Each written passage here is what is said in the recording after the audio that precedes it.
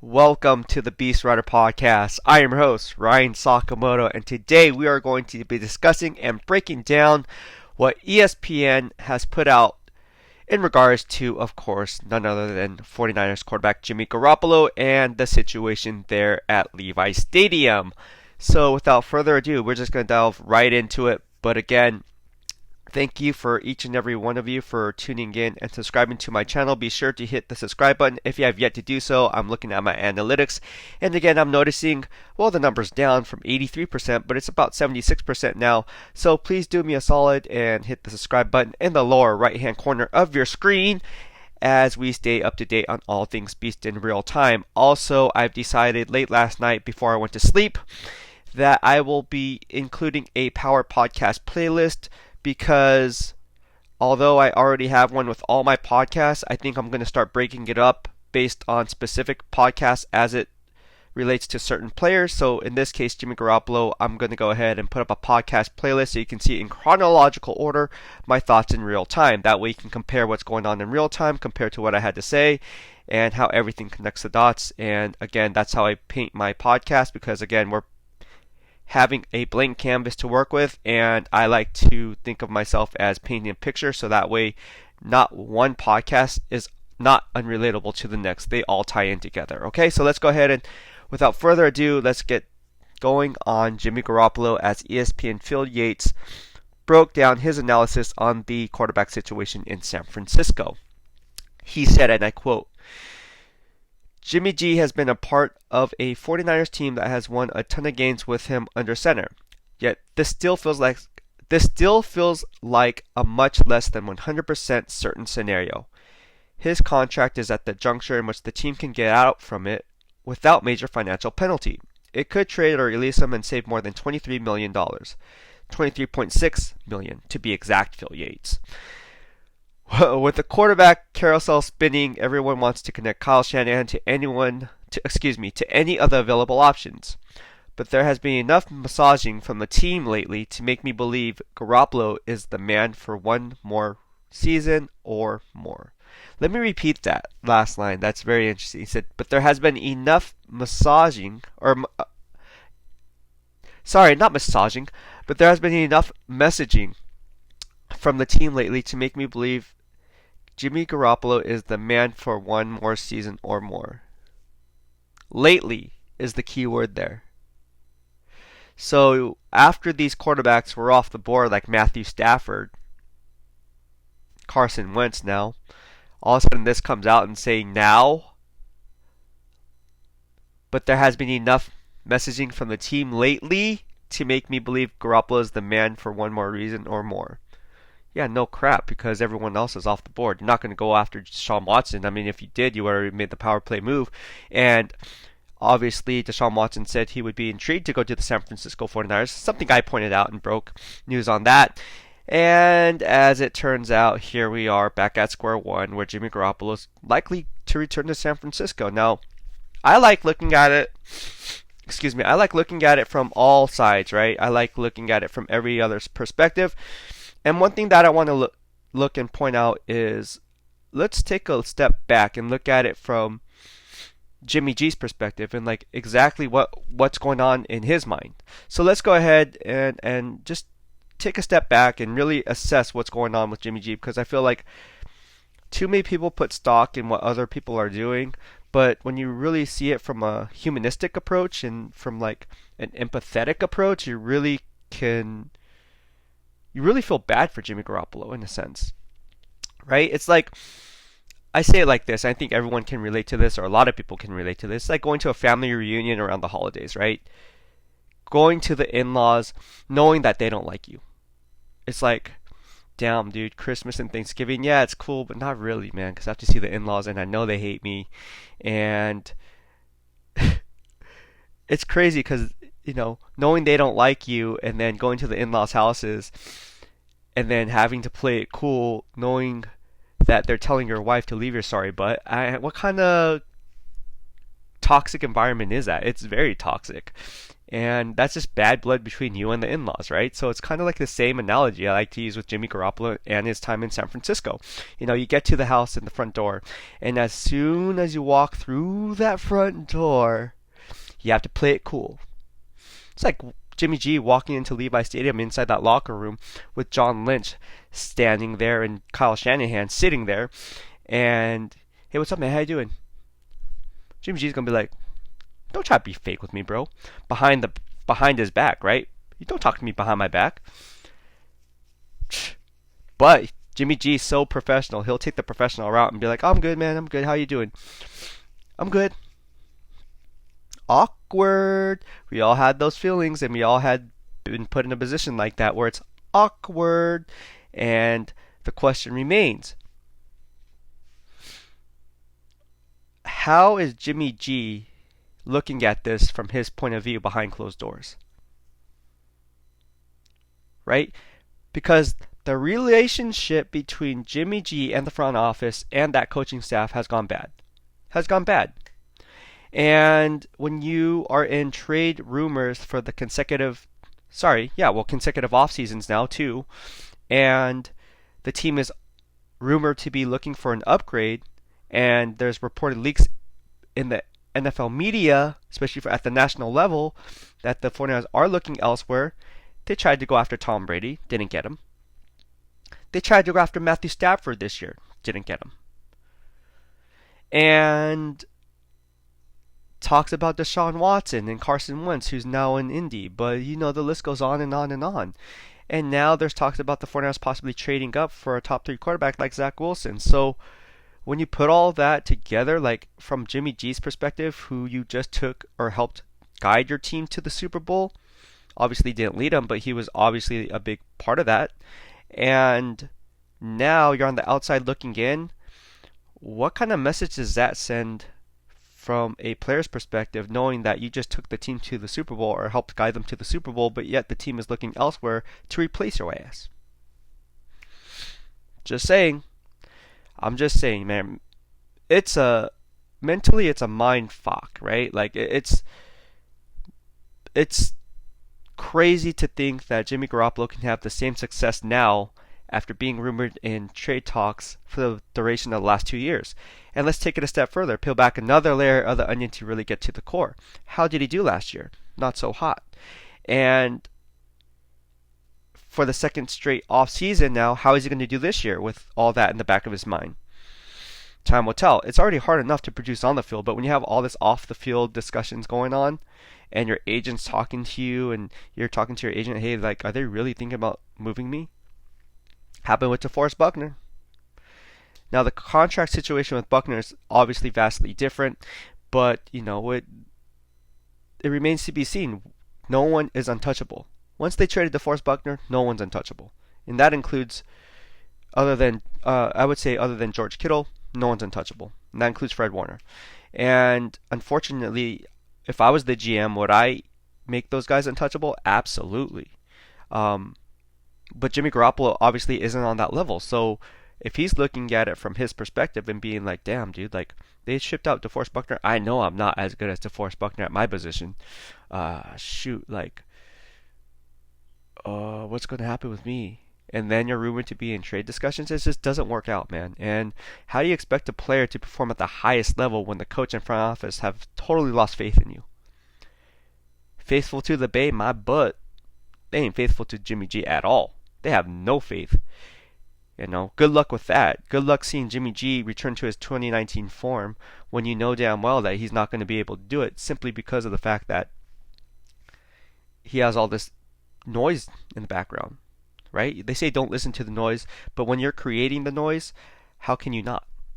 Just goes without saying, right? Football is as much mental as it is physical. And no quarterback can succeed when you have that running in the background, never mind. When you have other factors other than focusing solely on the field, it's going to take a toll on your body, mentally and physically.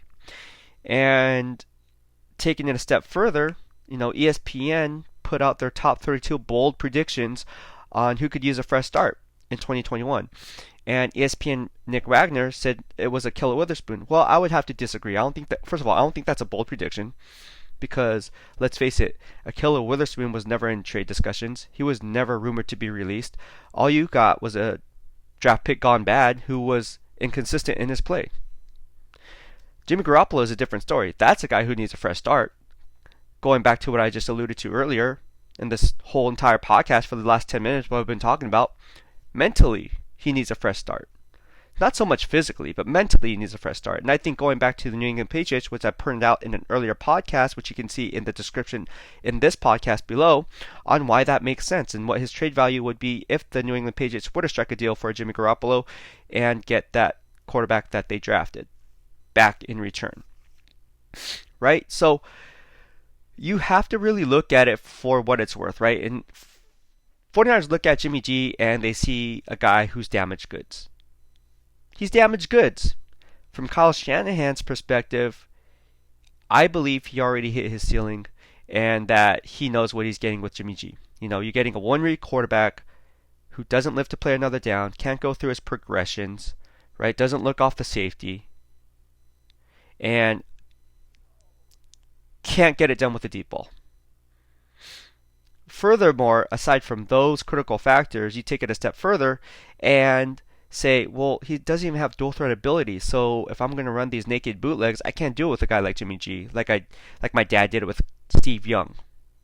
I need a Zach Wilson. I need a mobile quarterback who can throw on the run. Heck, Jeff Garcia can throw on the run. You saw Jeff Garcia when he had Terrell Owens, with Ron Stone, Jeremy Newberry, and the likes of those guys. He was able to run naked bootlegs. Charlie Gardner as his running back, he was able to get stuff done, right? So, to say that Jimmy Garoppolo can do all the things that Kyle Shanahan wants, you're doing yourself a disservice, because if you go back based on past behavior and predict future behavior, there's a reason why Jimmy Garoppolo cripples the playbook.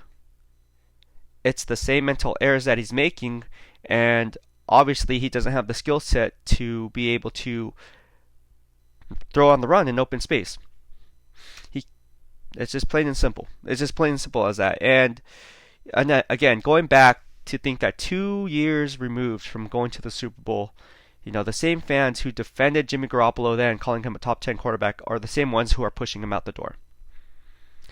And it's the same fans who wanted Robert Saleh out. And what I do on my Twitter receipts, I say, I like Robert Saleh. People are like, do you like Robert Saleh? Because obviously you guys follow me for my spot-on analysis and predictions. And I said, yeah, I will vouch for Robert Saleh. He's a great coordinator. He's not the one missing these tackles. He's not the one having these missed assignments. He's putting his players in the best position to make plays. He just doesn't have the personnel of the players to do it right now. And what happens next year in 2019? Boom! Oh, Robert Saleh is the best thing since sliced bread. We got to keep that guy. You know what I'm saying? So it's like, whatever, right? So when everyone's pushing Jimmy Garoppolo out the door, especially the front office included, is it fair for Jimmy Garoppolo to get that kind of undue pressure? No. But the NFL stands for not for long, right? The NFL stands for not for long. And in the end, I believe Jimmy G's confidence is shook. It's shook. You can't tell me that his confidence is not shook. The 49ers, instead of defending the quarterback with all these rumors and reports that are leaking out, they tried to roll the dice and actually get something in return as an upgrade at the position. But instead, they whiffed on both those things. So now you're stuck with Jimmy G. So of course, Phil Yates is going to put out a report, who coincidentally just also put out a report that the 49ers promoted Adam Peters, Vice President of Pro Player Personnel, to Assistant GM. So could GM John Lynch be on the hot seat? I don't know. Just saying. But for Phil Yates to put that out and then come back and double down on those gains by putting out this report on Adam Peters before anyone else, it kind of goes without saying, someone's talking in his ear, hey, can you put this out here, man? Yeah, we really believe in Jimmy Garoppolo. Because they know full well that they ain't going to go after Deshaun Watson, because there's no guarantee that he's going to waive his no-trade clause. And then who else do you have? You draft number 12, you can't get a top 3 quarterback at number 12. That's fool's gold. So you're left with Jimmy G at the end of the day. And you have no choice but to say good things and hype him up. Oh yeah, we really believed in Jimmy Garoppolo from day one. Yeah, we said it on KMBR that we expect Jimmy G to be our starter in 2021.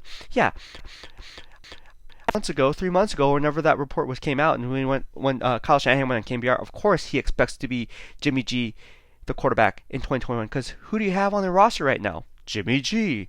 Duh. Kyle Shanahan says a lot of stuff, and I think it's funny when people take it at face value. You have to take it at face value for what it's worth, but you really need to read between the lines. He also told me that Dante Pettis was one of the best wide receivers in the draft because of his ability to get off the line of scrimmage, and I questioned that. And then he got on the defensive about it, and where's Dante Pettis now? Just saying. He says a lot of stuff. Maybe that's me because I'm in the media and my job is to kind of read through the BS, but it is what it is, man. Well, that'll be it for today. I hope you liked what I had to say. If you did, please hit the subscribe button in the lower right-hand corner of your screen as we stay up to date on all things Beast in real time. Also, please know that I also include my Power Podcast playlist at the end of each episode, so if you're unable to stay up to date on my daily podcast, you can do that in the end of every podcast episode. In the description here, you'll see 2 boxes along with my subscribe button here, so be sure to go ahead and do that. Also, my Power Podcast playlist, you can watch at any time during the duration of the video. In the description, it's also set there for you as well. If you do not have YouTube, people are asking me, well, I don't have a YouTube account. Get one. It's worth it, right? There's a reason why you're watching my content. No. If you choose not to get one, that's fine. You can always bookmark my Power Podcast playlist. So again, you can watch all my stuff without even subscribing to YouTube, and that's fine too. So you can go ahead and do that. Again, it's in the description. If you're on the phone, like most 95% of you guys are probably on the cell phone right now. So go ahead, and if you click below the podcast, just click on it. There should be a pop-up or a drop-down, I guess it would be considered a drop-down. You'll see my Power Podcast playlist, or it will be called a podcast playlist. Go ahead and click on that podcast playlist, and then you can bookmark it. So that way you can actually see what I had to say in real time, and basically whether I'm worth a follow or not. Obviously I am, that's why you're following me, but you can see what I have to say in real time. Everyone talks about, oh, I said that in hindsight. Yeah, they should have done that. It's like, dude, no one cares what you said in hindsight, bro. Like, what'd you say in real time? That's where you gain credibility. Why would you follow someone who says something in hindsight? Or anybody who puts out like clickbait stuff saying, oh, this player is better than this player, and then deletes that tweet, like, dude, be a man and leave it up there. Like, you said it, like, people are gonna call you out on it. Like me, I leave all my Twitter and YouTube receipts up there, man, because my work speaks for itself. And again, like, that's true to my own horn. I don't care. That's credibility and a half, man. And when you can predict the future and be spot on more times than you're wrong, that's all you can ask for. And right now, I would be quick to argue that I'm 75 to 80% right, and I'll take those odds any given day of the week. So again, if you want unfiltered, unbiased, straight to the point, no BS, in-depth analysis from all different angles, I got you covered. Right? Be in the know before they know. Again, be in the know because you guys follow me and subscribe to my channel before they know, those who don't. Alright? Again, thank you for tuning in. I know I've been getting hit up on what I'm going to talk about later on this evening. I think I'm going to continue with my big board top 50 and rank players 6 through 10. That should be interesting and a lot of fun. Alright, thank you for tuning in. Have a good night. BEASTwriter out.